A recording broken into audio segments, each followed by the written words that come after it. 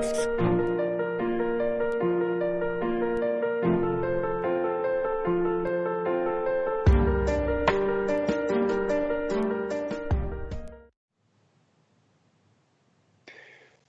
back, everybody. I want to encourage you for our next presenter to drop some questions in the Q&A feature of the platform. We would love to have some time at the end of Igor's presentation to answer your questions. So I wanted to put that on your radar screen before we get started. And now it is my sincere pleasure to introduce Igor Miniailo, who is the chief architect for Adobe. He's has 9 years of experience with Magento and considers himself a grizzled veteran of the Magento community. Please welcome Igor to our virtual stage. Take it away. Hey, guys. I hope you can hear me well.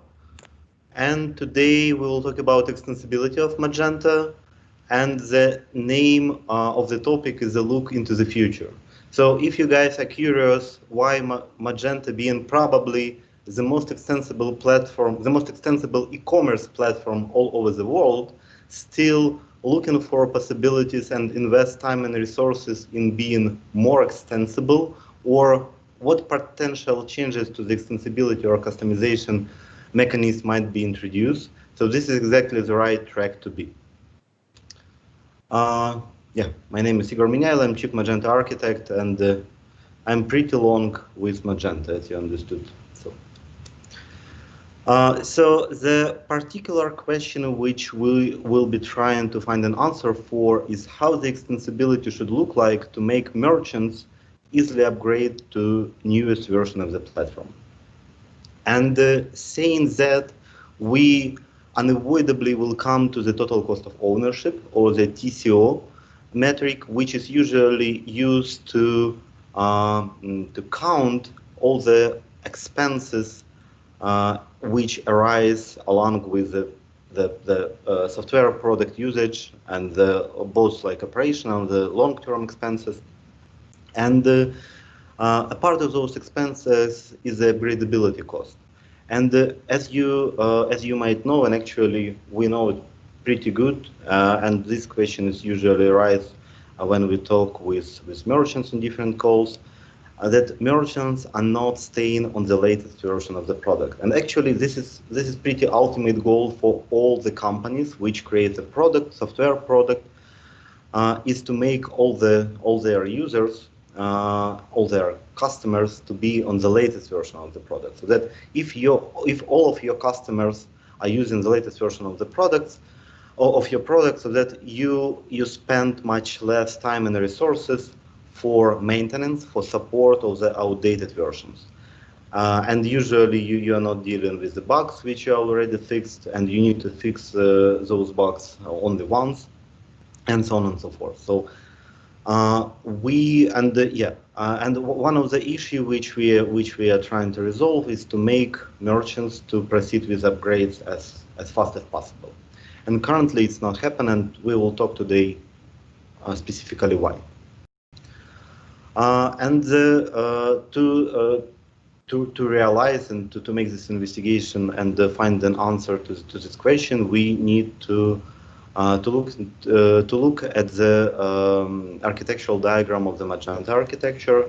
And you may find that we have quite a lot of APIs. We have, along with Magento 2.0 release, we introduced Magento Service Contracts, and along with all the further releases, we just increase and get those service contracts to be more robust and mature. And we have pretty a lot of those contracts, so that we have PHP interfaces, we have PHP classes, JavaScript classes, and this is not actually the finite list of all the entities which we consider API and for which we apply the backward compatibility requirements in Magento. But what actually the common part for all those items is that those are all in process extensibility points. So that what it means that we allow a third-party developer to apply his or her is a customization or extension in the scope of the main running process, main execution process of Magento, right? And this introduce some specifics. And here you also need to take into account that Magento is, like in Magento we support on-prem business model, so that we provide the software. And taking into account that this is PHP, this is not C++, not Java, we don't have possibility just to make a compilation and provide you a DLL, for example, for execution. We provide all those merchants who use Magento the source code. So that as soon as we provide the source code, we don't have a possibility to actually even track what actually and how actually you guys are using Magento. So that we have this demarcation, we have the specification of the public APIs in the system, but we don't have any guarantee that actually you obey those APIs, so that you might end up having some dependency on the private implementation.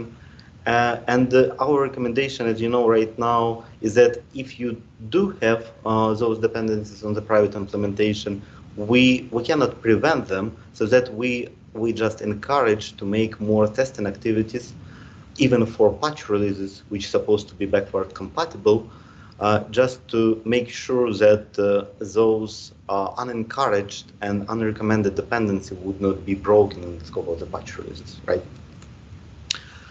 And along with that, I want to describe here and want to talk through the existing integration patterns which we have in Magento right now. And as you might see, we have 3 different patterns, and 2 of those patterns are rely on process extensibility, so that you might see the custom plugin here.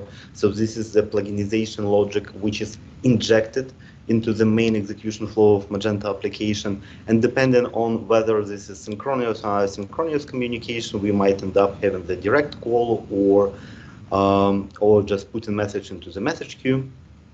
But the last one, integration pattern, is the most interesting, because the last integration pattern relies exclusively on the headless API Magento currently provides.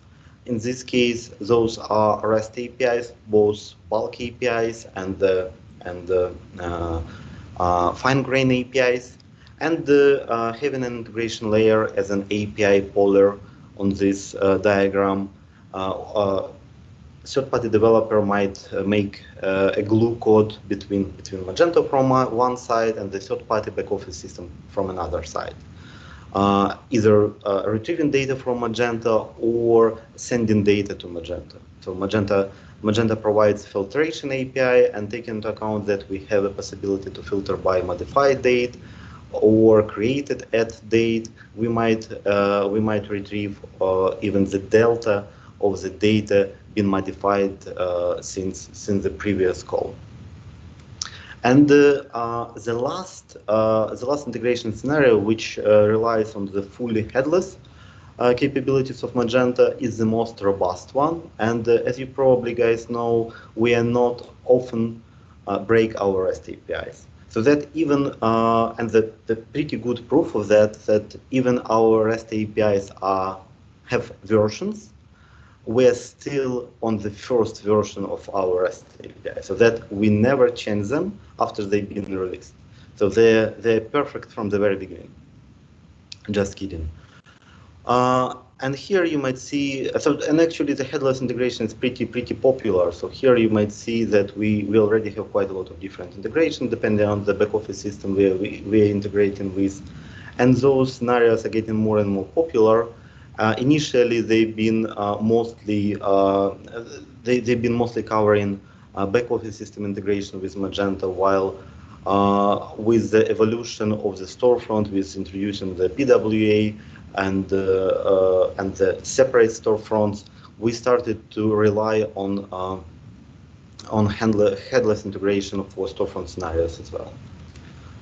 And here, one of the problems we are facing with, and this is pretty, this is one of the big problems in terms of which increase total cost of ownership for both merchant and for Magento from another side.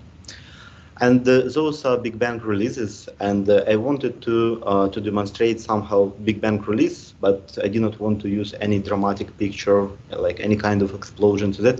I just wanted, I just made a screenshot, and this is just a part of the screenshot of Magento release notes page for our latest patch version of Magento.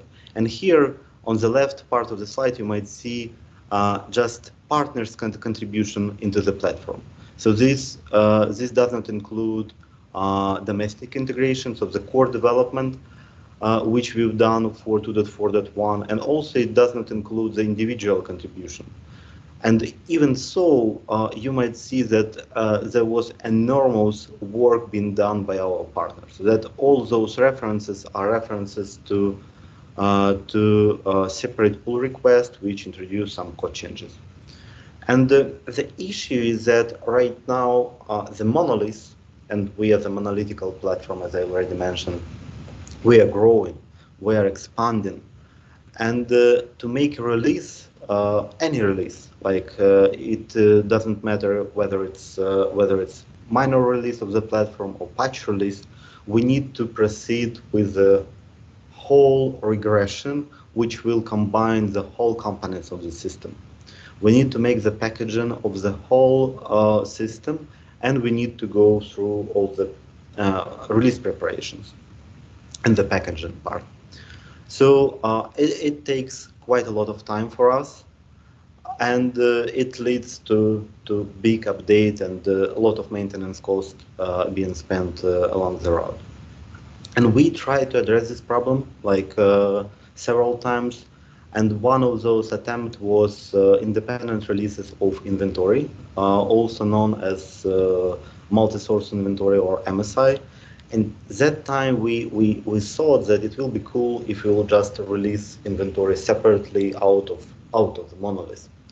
And taking into account that we have a dedicated repo for inventory, we thought that that we might just create a package, and if we will provide compatibility, like forward compatibility of inventory APIs, we might just release versions of inventory independently out of the monolith. And that idea sounded cool. And we even made several releases of inventory independently of Magento 2.3.0 release. When Magento inventory was initially released. That time we changed the references in Composer JSON to follow the somewhere semantic version in references. We started to use tilde and caret for inventory packages, and our main idea was to make merchant upgrade the inventory as soon as they will proceed with Composer update. But actually it did not work. And the main reason why it did not work was that even so the main reason I already mentioned before, that we actually don't know how you are using Magento, whether you are relying on the public APIs, whether you are not relying on public APIs. And if you are not relying on public APIs and you're making, or some of your extensions have a dependency on the private implementation of, in this case, inventory, this release will be breaking for you. And this led to the sad fact that we need to support not one version of inventory and one version of Magento monolith, but all the versions of inventory and one monolith version, so that we end up having the permutation of permutation of versions we need to support. And for example, introducing another bundle extension like Page Builder, we will have the crazy metrics of different permutation, and the number of supported version will just multiply and increase drastically. So that we started to find in other ways, and probably you know that we are in the middle of our transition towards microservice decomposition. We end up having, and Fahad Siddiqui will tell you more about that, so that I will not stop why exactly we chosen Protobuf and gRPC, but we end up having the language agnostic API definition. And here, for example, you might see how well-known REST API contract for the catalog management interface looks like after the code generation for the Protobuf with additional events.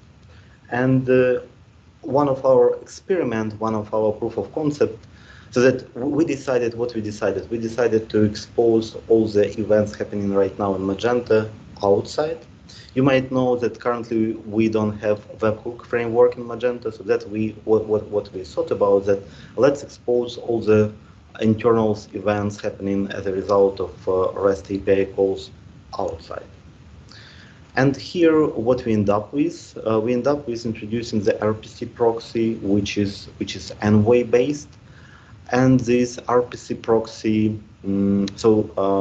has all the subscriptions, and the subscriptions actually those functions represent the REST API endpoints which need to be tracked and need to be exposed to some external functions. In our case, we use Adobe I/O runtime serverless function, but potentially it might be AWS Lambda or just external webhooks, external services. So we use this Envoy-based proxy, and we also provided some slight customization to Magento just to pluginize all the REST incoming REST calls happening to the inbound calls to the Magento framework, and you might see here that we just convert all the DTOs because as you know, service contracts currently work with DTOs, so that we convert those contracts to Protobuf, and we issue the gRPC call, which will be delivered either to, for example, Adobe runtime, as in our case, but potentially it might be AWS Lambda or just external service. And here the cascade of the responses where we return the result to Magento framework. And it's worth to mention then that in case of auto process extensibility, we always have slightly different processing of synchronous and asynchronous request and extensibility. And here's a good example of the synchronous extensibility. So that after we started to expose all the internal REST API endpoints and events as an external calls, we decided to make some productionization of this extensibility, and we decided to make some integration with the shipment service. So that, as you know, right now when merchant creates a shipment in Magento, he or she has to manually specify the tracking number. So that we introduce with the help of our RPC proxy, we introduce a shipment service which was connected with a particular adapter. In this case, we have adapter represented by a serverless function on Adobe I/O runtime, and we had an independent adapter for each shipment provider. For example, in this case, it was FedEx. So that when merchant just creates a shipment, this REST API call is intercepted, and the system issue gRPC request, which is terminated by Envoy proxy, and we make the request to Adobe I/O runtime function, which make a connection with FedEx, retrieve all the needed information. In this case, that was a tracking number, and return it back to Magento. This similar integration was also done to retrieve all the shipping information and the intermediate point which your package went through along the delivery. And this is how, for example, we introduce this for back office scenarios. Right now, let's talk briefly about the storefront scenarios. And as I already mentioned, right now we are making decoupling of monoliths for the storefront. And when I say that we are making decoupling of the monoliths towards the storefront microservices, we are not making a big refactoring and replatforming, which suppose inevitably impact you right now. So that because like quoting Martin Fowler, if you do a big bang rewrite, the only thing you are certain of is a big bang. So we are not making a big rewrite of the monolith. We are just creating those services on the side of monolith and following pretty standard Strangler pattern. We are making the routing to the new part being processed by those new services. Here's how it looks like for Magento. In our case, this facade is being represented by standalone GraphQL server. And I wouldn't be talking why we have gRPC here. So again, Fahad Siddiqui will have a dedicated talk solely about gRPC, and I really recommend you to be on this talk. It's really interesting because we spent so many efforts answering the question what exactly should be there. Here you might see that we are building services, and those services are stateful PHP applications which communicate to one another through gRPC calls. And most probably those services will be immutable, so that there wouldn't be even a possibility for third-party developers to alter, to modify the code. And all those possibility of for extension will be just out of process. And probably I'm not have a lot of time to describe this diagram, but this is the ultimate goal, where third-party developers will have a possibility to customize for both backend scenarios and the storefront scenarios, along with the standalone GraphQL server, only we are out of process extensibility calls. For example, for GraphQL server, there is a possibility to specify and to provide directives which will introduce either AWS Lambda or Adobe IO runtime functions to be resolvers for particular GraphQL queries or mutations. And this is how we might just provide an execution flow towards separate processes. Here's just a list of 3 main points of extensibility we are considering right now. I already mentioned that we will have out-of-process extensibility for admin scenarios based on REST APIs.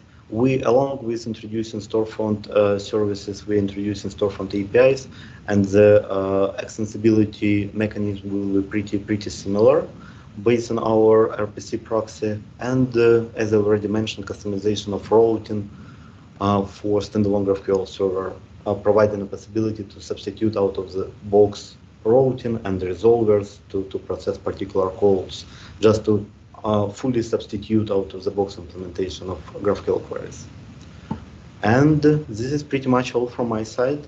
I will be ready. I definitely understand that the topic is very broad, and it's not enough time just to describe thoroughly all the technical details, but I will be ready to talk more, and during this presentation, during the Q&A, and further along the day, and of course in the Magento Slack channel, you know that we have a permanent communication channel, so feel free to reach me out. Wonderful, and hey, thank you very much, Igor. Fascinating presentation, a lot of great information there. I am live in the QA field, looking to see if we have any questions from the audience. I would encourage you to jump on here and ask Igor anything that you would like to know a little bit more about. In the meantime, is there anything else that you wanted to say, but you felt like you might be running short on time and kind of want to drop it in here while we're waiting for questions? Sure. I just wanted to make some short advertisement of our community hangouts. we are working on the storefront microservices, which are depicted on this diagram, and periodically, probably like once per month, we are making the public community hangout, and probably one of the upcoming hangout will be devoted solely to out-of-process extensibility and different extensibility extensibility variations in Magento. So there we will have more time to cover this pretty complex topic. So I really recommend you to stay in touch and participate in those activities which Magento does. Fantastic. Well, one of the challenges of being an expert is you shared so much great information, nobody has any questions. So I want to remind everyone there will be a little hold screen in between the different sessions. Actually, hold on, somebody's jumping under the wire. We have a question here that says, when we can really try GraphQL server features, and will it be available on Mage Cloud, and when? It will definitely be available on Mage Cloud, and right now we are working with our. Actually, right now we are working with our legal team to find a way how to open source and provide you a possibility to work with, because right now it's not open source yet. But we are thinking about this, and we are working on making it open source. So. We will be we are making all possible from our side to make it as soon as possible, and yeah, it's gonna be soon. Wonderful. Well, thank you, Igor, again for a great presentation. Don't forget there's going to be a hold screen in between the presentations, so don't let that throw you. We'll see you at the next session, and thanks again. Thank you. My pleasure. Bye.